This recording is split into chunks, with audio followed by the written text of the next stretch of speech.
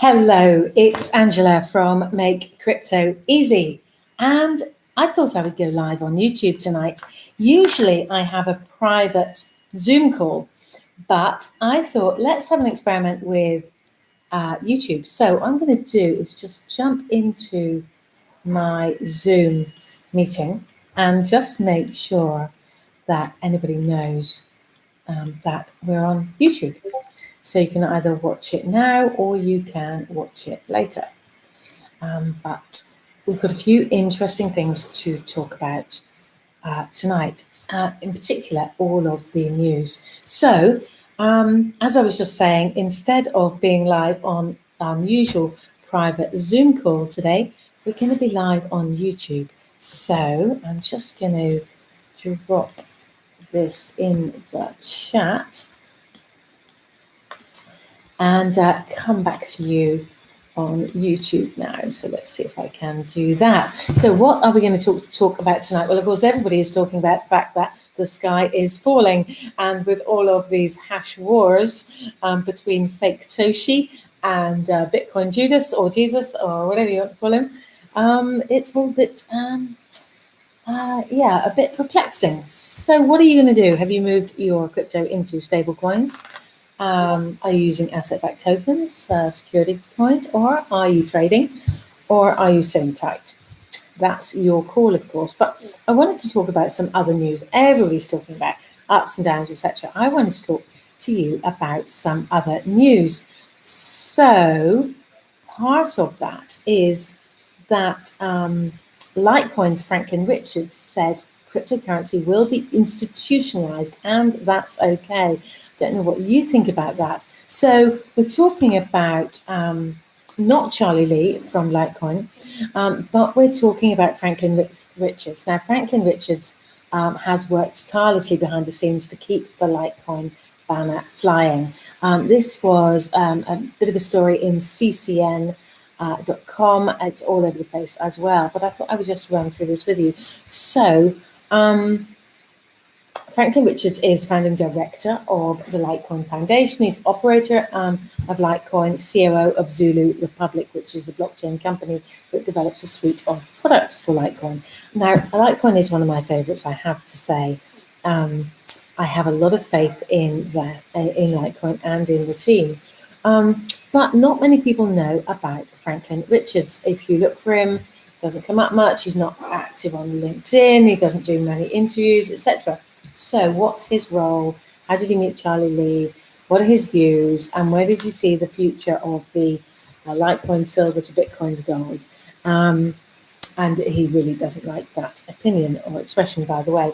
So he was at Web Summit in Lisbon. Lisbon's the place to be, right? So he was there. And he says he's just not terribly interested in social media. He's busy. He's not a big fan of wasting time on social media, and he's just putting his head down and building stuff. So this is what he says. And I thought it was really interesting. He saw crypto as the next big stepping stone in finance. He believes that we're just at the beginning of that, as do I. And he's looking forward to spending time building the future of money. I guess I should introduce myself. If you don't know me, my name is Angela Wright, and I am from Make Crypto Easy, and also Daily Crypto Fix Facebook group.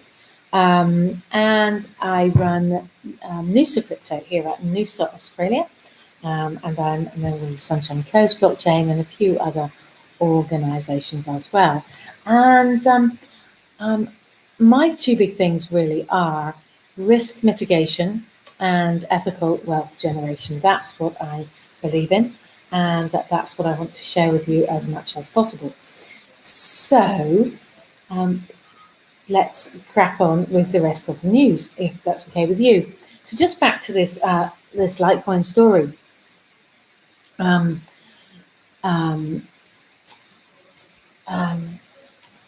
Franklin Richards believes it's the next big stepping stone in finance, and there's a lot of us think it's all about decentralizing and democratizing finance, and leading the way to and enabling transparent accountability. For the very first time, we have this.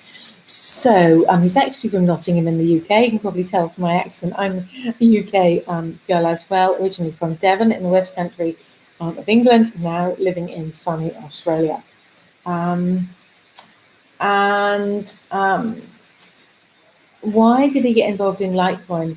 He got involved in Litecoin because he said Bitcoin was just too expensive, and at the time, it wasn't really expensive. At the time he got involved, Bitcoin was just breaking past $100. So he was sitting down with his mum in the pub in England, as you do, and he said we should get some of this Litecoin. And so that's what they did. He says he believes that in the future people will be using Bitcoin and they won't know they're using it. Why do we use any of the fiat currencies? We just use them, don't we? We don't use it because we're going to make money out of it. We just use it. And so he has a strong argument that cryptocurrencies will be taken over by centralized authorities. He, if I can quote Franklin in a minute, he says, we have to be realistic. I think centralized institutions have a great benefit to derive from it, and they will pass that benefit on to their users. He says, if I can offer my users something better and cheaper, more users will come to me. We're currently seeing an institutional race to accept this. And we are seeing this, absolutely right. The New York Stock Exchange parent company, ICE Markets, recently launched BACKT. That's BAKKT. If you don't know about it, check it out. Definitely. This is going to be very exciting when BACKT really gets some momentum. And there's also a lot of institutional trading and security in these areas, of course. So if businesses provide a better service using a decentralized currency like Litecoin or Bitcoin, then it's just better for the customers. And that's what drives innovation and progress and adoption, isn't it? If it's easier or better. I mean, at the end of the day, Uber didn't kill the taxis. What killed the taxis was they were inflexible and old-fashioned and slow and expensive. Airbnb didn't kill the hotels. What killed the hotels was excessive booking fees and difficulty in use and just expense and less personalization. Because we're living in a time of experience, aren't we? People want to have an experience unique to him or her or them. We, each of us, want to be within a tribe where we feel safe. That's a basic human need, isn't it? So when we see these changes, it's not necessarily that the change is out to, slaughter the status quo. It's just the status quo is out of date. That's the big thing. So if you look just back to Franklin before we jump away and talk about something else, if you look at his strong stance on capitalism and institutions taking over crypto, is he in favor of regulation? I think really, I'll just jump in with my thoughts. It's not about whether one's in favor of it or not. It just is. Now, there are always some bad actors, so you do need some regulation to stop those bad actors. However, the regulation at the moment severely favors the big guys, right, who seem to have the gold and make the rules. He who has the gold make the rules. Whereas when we decentralize and democratize finance in this way, then we should have more accuracy and more authenticity potentially. But this is what Franklin says. He says, I don't think regulation is necessarily needed. And then he goes on to say, you can't regulate something without controlling it. All it would do is inhibit its growth. If states are very friendly and welcoming to it, that would be better. But even if they put a ban on Bitcoin and other cryptos, people will still use crypto. And I think that's the big thing.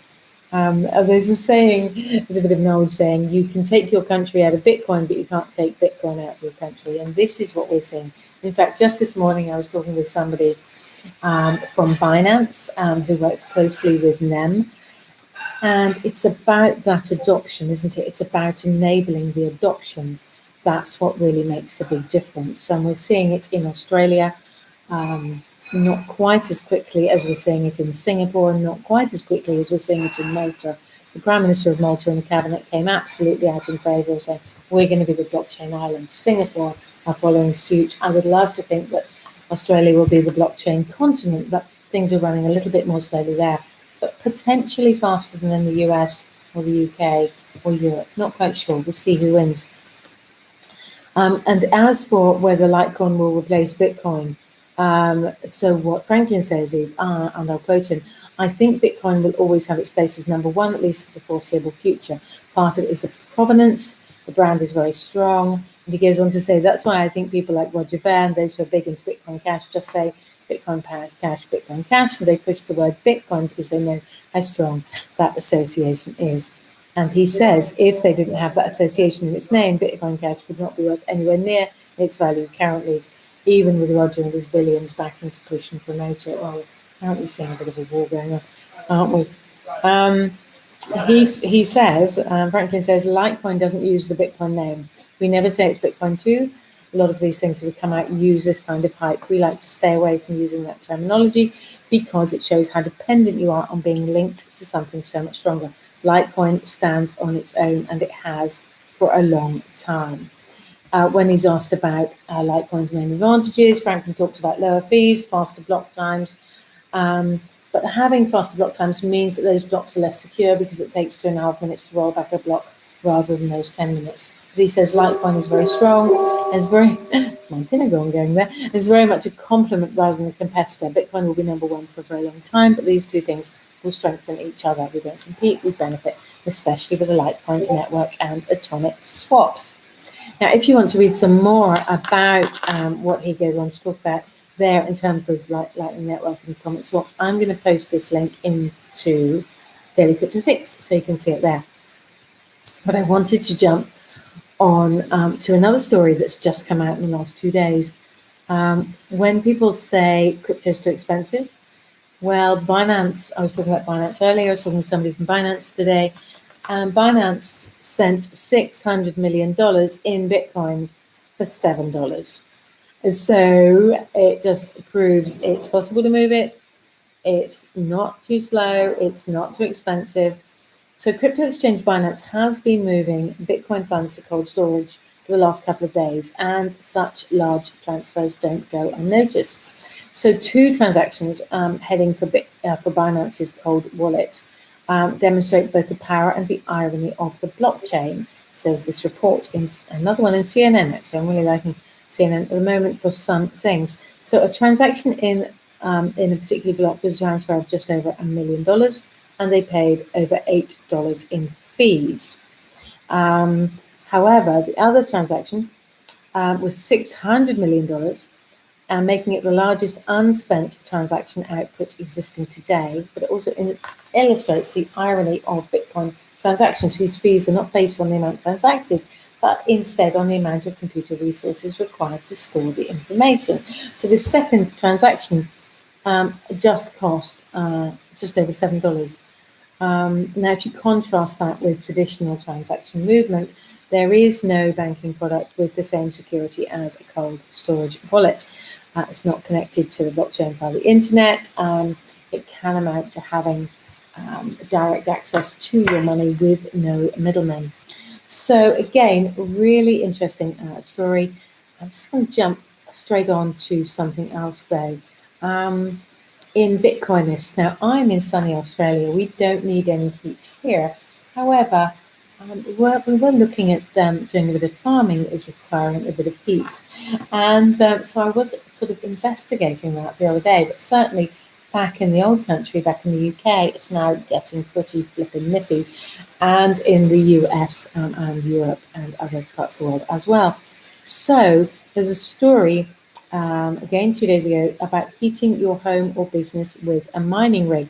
Now, I've been looking into mining a great deal lately because we're just about to get some free off-grid electricity. So that's going to be very interesting for doing a little bit extra mining. And of course, it uses a lot of power. Now, things are going to change around this. There is no doubt about that. But right now, this is how things work. So Bitcoin mining uses a lot of energy to power the processes. If you've got some complete off-grid energy, if you've got some solar going into batteries, then that's a jolly good idea. And if you're doing that, then right now, ETH is pretty good for mining. Ravenscoin and Monero. But of course, it changes day by day. But that's what it's looking like right now. Now, most people in cold countries use a lot of energy to heat up living and working environments. And it is possible to combine it. But what about the noise, I think you might say? So let's look at what Bitcoin mining exacts on the planet. There is a benefit to reducing energy consumption. We all know that global warming, despite what some may say, needs some serious attention, as does any kind of pollution. And luckily, necessity is another invention, and human beings are doing some great work in that regard. But there's a mining company in Canada where they know about the cold, right, called HeatMine, where the majority of energy already comes from renewables. That didn't stop them from trying to make the process more environmentally friendly, though, by harvesting and reusing the waste heat. So first of all, they were looking at heat recycling, using excess heat to heat water. And so they developed this system to enable mining rigs to be deployed remotely where heat is needed. And then a recent pilot scheme has entailed installing the HeatMine devices in a local greenhouse growing strawberries. I said we were looking at doing some heated farming as well. So heating costs reduced by 75 to 100% for the strawberries, meaning growers were able to compete with imported strawberries from warmer climes, hence saving all of that carbon from moving it about. Now, you may say, and there may be some argument to this, you're actually better to eat seasonal produce, because actually that there is quite a lot of argument in favour of that. If you talk to nutritionists, where we are living in a country, the foods that are most readily produced at certain times of the year do happen to usually be of the most benefit to our bodies at that particular time of the year. However, if you're traveling around, then you're going to be eating all kinds of food anyway. And we have got very used to being able to eat whatever the hell we want, despite what time of year it is. So I just thought this was really interesting. Anyway, this HeatMine company is now taking these applications from homes and businesses, hoping to join the scheme. A HeatMine rig installed outside a house can heat several rooms and an outdoor swimming pool, according to what they're saying. The company can install multiple units to cover a large area. Each machine can provide 75,000 BTU per hour, which can heat an area apparently up to 300 square meters. So they plan to continue their expansion through Canada and also look at certain areas of the US which have cheap electricity and are generally cold. So if you're in a cold climate and if you have been smart enough to get off grid and get your renewable electric, maybe check out HeatMine or any of their competitors. So I thought that was a jolly good story. Now we're running short of time. I'm not going to keep you very much longer. Just wanted to finish with this story, which is from the CEO of Russia's largest bank, who has just come out in the last 48 hours and said industrial scale adoption of blockchain is likely in 1 to 2 years. Now, the stats that I've been seeing are such that within the next 2 years, between 2020 and 2030, and 2020 is in just over a year away, but between 2020 and 2030, 50% of all business will be run on the blockchain. But the CEO of Russia's largest bank has gone one further and saying industrial scale adoption of blockchain is likely in 1 to 2 years.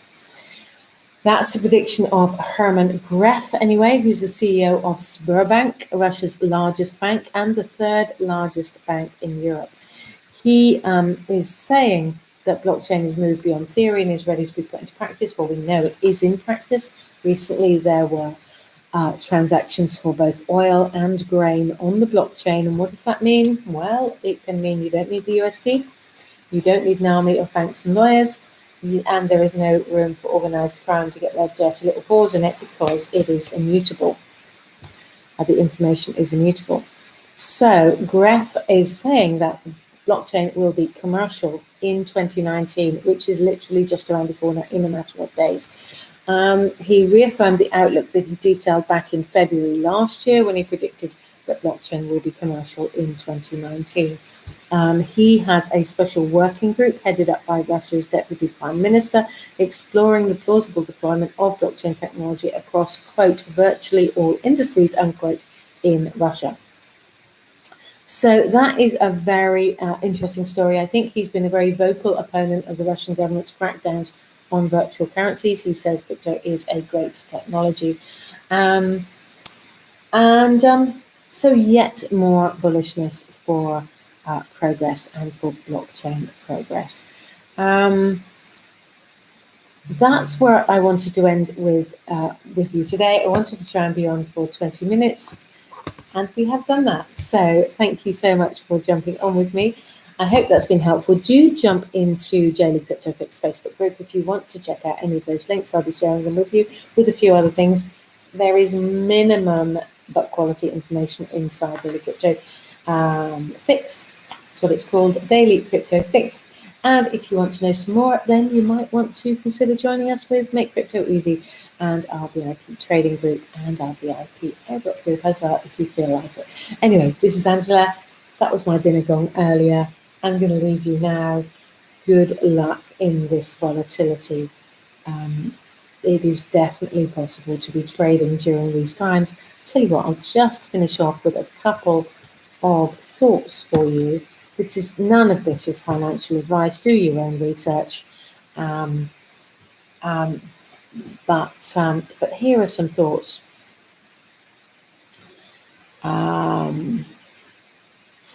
If you haven't gone into stablecoins right now, it may still be a good idea to do that. The outlook is very bearish. So, according to Coin Trading Signals, who often get things right, looking at a BTC to USD update, the outlook is bearish.